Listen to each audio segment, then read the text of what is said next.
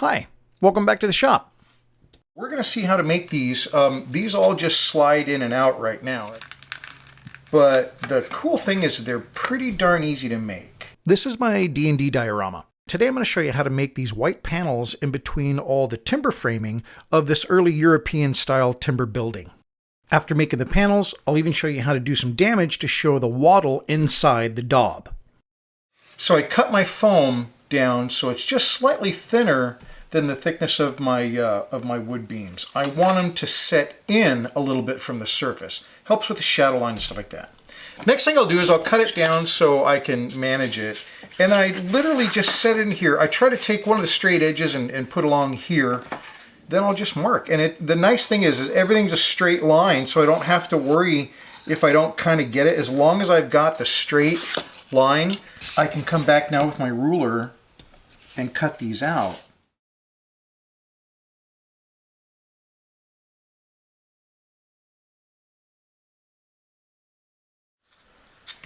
So that fits. Now we're going to texture it, and I'm going to round the edges on both sides because you're going to be able to see both sides of this. I just want to round over the edge just a little bit. I'm not taking a lot off, and it's more of a rounding than a chamfer. So now I've rounded the edges. Then this is my brass brush. I'm just going to real easily go in here, and I'm focusing mostly on the corners, like the bottom, the corners, that corner, and the edges.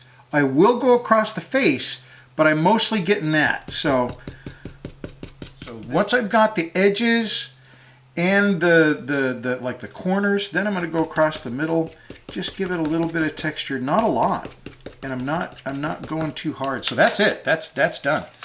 And then I turn it over and do the same thing.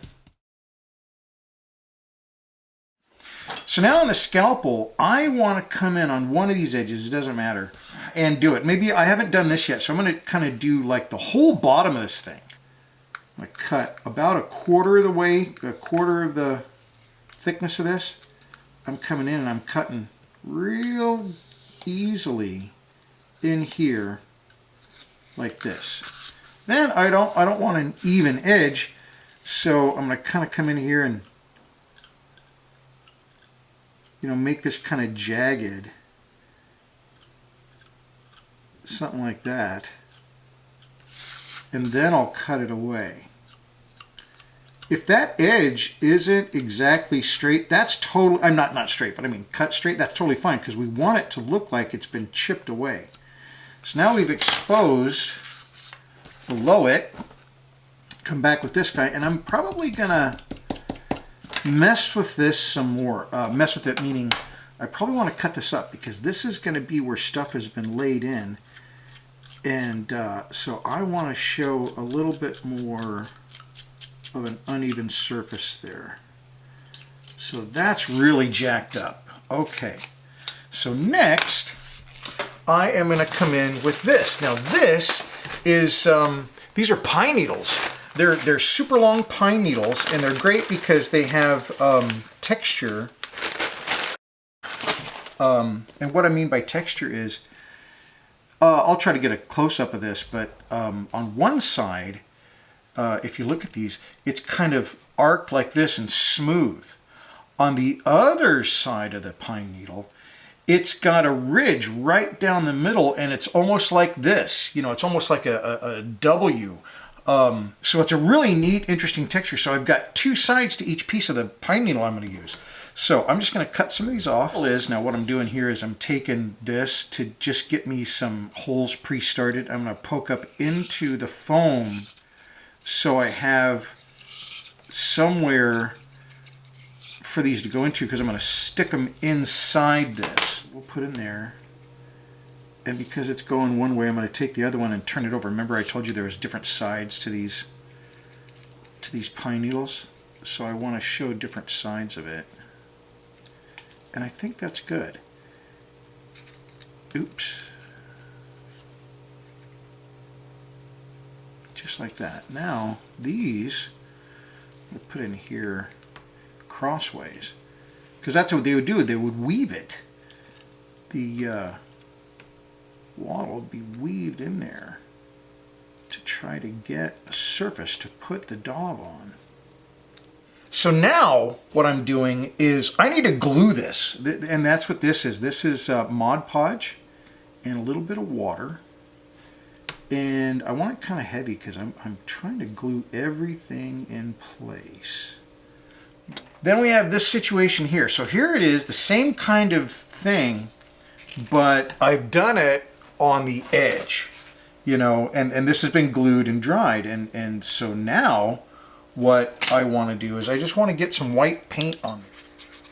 Now all that texturing, all those little pinholes, I'm really trying to work the paint into that texture. Once it's painted, it's like this. So this one has been painted, and then what I've done is I've applied a little bit of brown here and there. And it'll take different colors later, but right now I'm just trying to define the cracks and crevices and things like that. I can do the edge if I want. This paint's gonna wash a lot away. So now I come in with some water, and I'm gonna go over this with white next.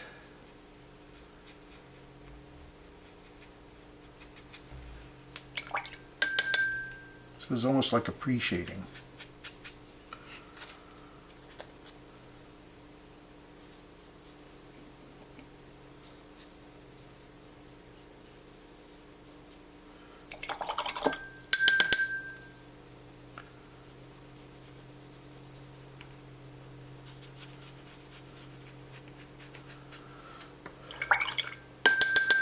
Okay, so that's not going to take long to dry, and then I'll come back in with some more white.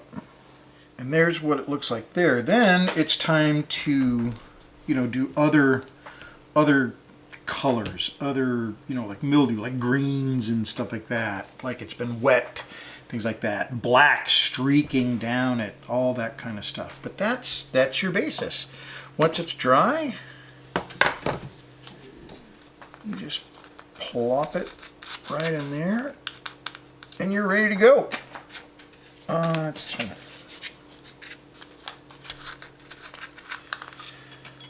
And then I would glue it in there. These I'm also going to be doing a lot more stuff too. There's a little bit of glue I have to clean up, but these are going to be very dark. These will be actually painted. You'll see the grain, but they're going to be painted, not necessarily with a wash, but I'll work that out. But yeah, so these are going to be much darker. But I think it looks good. And this side is rough. And yeah, that's how you do that.